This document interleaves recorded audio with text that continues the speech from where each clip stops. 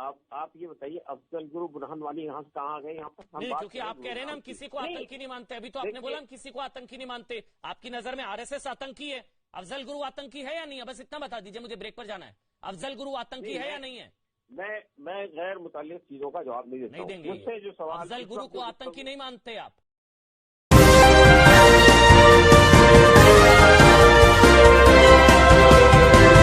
पल पल न्यूज के न्यूज रूम से मैं हूं आपके साथ नदीम अकरम। हम लगातार देख रहे हैं कि टीवी चैनल डिबेट में एक युद्ध की तरह माहौल को बनाया जा रहा है। वो युद्ध ये है कि मुसलमानों के खिलाफ जहर उगलना है, एक समुदाय को उकसाना है और टीवी डिबेट के दौरान ही एक वर्ल्ड वॉर छेड़ देनी है। उस वर्ल्ड वॉर में किसी मुस्लिम नाम को पकड़ा जाएगा जिसके ऊपर सारी डिबेट टिका दी जाए और उसको इतना नीचा दिखाने की कोशिश की जाए कि सारे समुदाय पर उंगली उठाई जा सके। ये हाल हो चुका है बीते 7 सालों से गोदी मीडिया के दलाल, दंगाई, चाटुकार पत्रकारों का, और वो उसमें हर किसी को आड़े हाथ लेते हुए अक्सर दिखाई देते हैं। पर कभी कभी ये करना गोदी मीडिया को महंगा पड़ जाता है। ऐसे ही 2022 के चुनावों को लेकर के टीवी डिबेट में हिंदू मुसलमान करने की कोशिश की जा रही है, पर इस बार अमन चोपड़ा, जी हां, नाम याद कर लीजिए, जो कि लगातार अपने चैनल से मुसलमानों के खिलाफ जहर उगलते हुए दिखाई देते हैं और पूरे समुदाय को कटघरे में ला करके खड़ा कर देते हैं। ऐसा ही उन्होंने करने की कोशिश की गई क्यों इलियासी के साथ, डॉक्टर कासिम रसूल इलियासी के साथ में जब इस तरह की हरकत को अंजाम देने की कोशिश की गई तो साफ तौर पर फटकार भी लगी। और किस तरीके से अमन चोपड़ा को जलील किया गया है all India Muslim personal law board के सदस्य द्वारा, एक बार इस रिपोर्ट पर नजर डालेंगे। पर उससे पहले एक अपील, अगर ये वीडियो आप YouTube पर देख रहे हैं तो YouTube पर हमारे चैनल को सब्सक्राइब करना ना भूलिए, बेल आइकॉन दबाइए ताकि नए वीडियो की अपडेट आप लोगों के साथ साझा की जा सके। और अगर ये वीडियो फेसबुक, इंस्टा, ट्विटर पर देख रहे हैं तो इंस्टा, ट्विटर पर हमें फॉलो कीजिए और फेसबुक के पेज को लाइक करना ना भूलिएगा। अब आपको बता दें कि टीवी डिबेट में all India Muslim personal law board के सदस्य डॉक्टर कासिम रसूल इलियास ने कहा कि वे आरएसएस को आतंकी संगठन मानते हैं, विश्व हिंदू परिषद को आतंकी संगठन मानते हैं। जब एंकर ने उनसे पूछा कि अफजल गुरु आतंकी है कि नहीं तो वो कहने लगे कि आप बहक रहे हैं। एंकर के बार बार पूछने पर वे इस मुद्दे पर कुछ भी बोलने से साफ मना कर दिया और कहा कि ये कोई इश्यू ही नहीं है।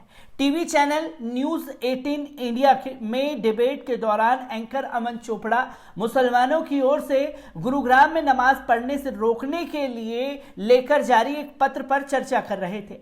पत्र में कहा गया था कि मुसलमानों को जुम्मा की नमाज से रोकना हरियाणा सरकार का नाजायज और अस्वीकार्य कृत्य है।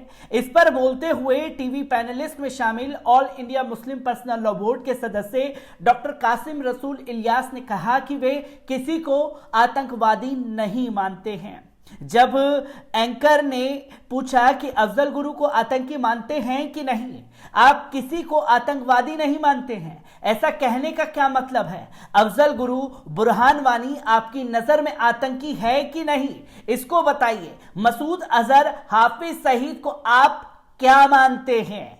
लेकिन इलियास इसमें से किसी भी सवाल का जवाब देने के बजाय एंकर अमन चोपड़ा पर ही बहक जाने का आरोप लगाते हैं। आप बहक गए हैं जनाब, मैं जवाब नहीं दूंगा। बोले ये कोई इशू ही नहीं है। एंकर अमन चोपड़ा ने कहा कि आपके पत्र में आरएसएस, वीएचपी आतंकवादी हैं। अफजल गुरु, बुरहान वानी, मसूद अजहर, हाफिज सईद को आप आतंकी नहीं कह पा रहे हैं। आपकी बात का गलत मैसेज जा रहा है। इलियास ने कहा कि कोई गलत मैसेज नहीं जा रहा है। दरअसल हरियाणा के गुरुग्राम में खुले में नमाज की जगहों को लेकर कुछ समय से विवाद जारी है। पिछले कुछ समय से हर शुक्रवार को टकराव की नौबत आ जाती है। हालांकि इसका कोई हल आपसी सहमति से निकालने के लिए प्रयास में प्रशासन लगा हुआ है। इसको लेकर हो रहे टकराव पर टीवी चैनलों पर भी बहस हो रही है। इसी बहस के दौरान इलियास ने अपनी बातें कही। तो कड़े शब्दों में जो है फटकार लगी अमन चोपड़ा को, जहां मुद्दे को भटकाने की कोशिश की जा रही थी, जो हर महीने और हर हफ्ते के दिन में बजरंग दल का एक चेहरा सामने आ रहा है, जिसमें वो नमाजियों के ऊपर टूटते हैं, इमाम के ऊपर हमला करने की योजना बनाते हैं, और जब सारे मंसूबों में नाकाम हो जाते हैं तो अपने माई बाप से कह देते हैं कि भैया खुले में नमाज बंद, और उन्हीं के आधार पर फैसला सुना दिया जाता है।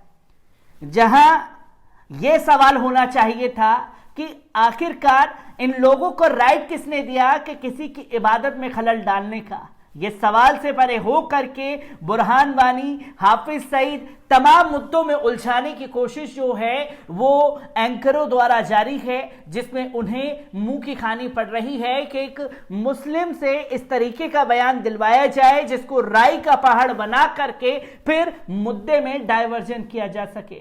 तो गोदी मीडिया का यह खूंखार चेहरा से हर कोई वाकिफ है, और गोदी मीडिया के इस खूंखार चेहरे को लेकर के मैं आपके साथ हाजिर होता रहूंगा। दीजिए इजाजत, शुक्रिया।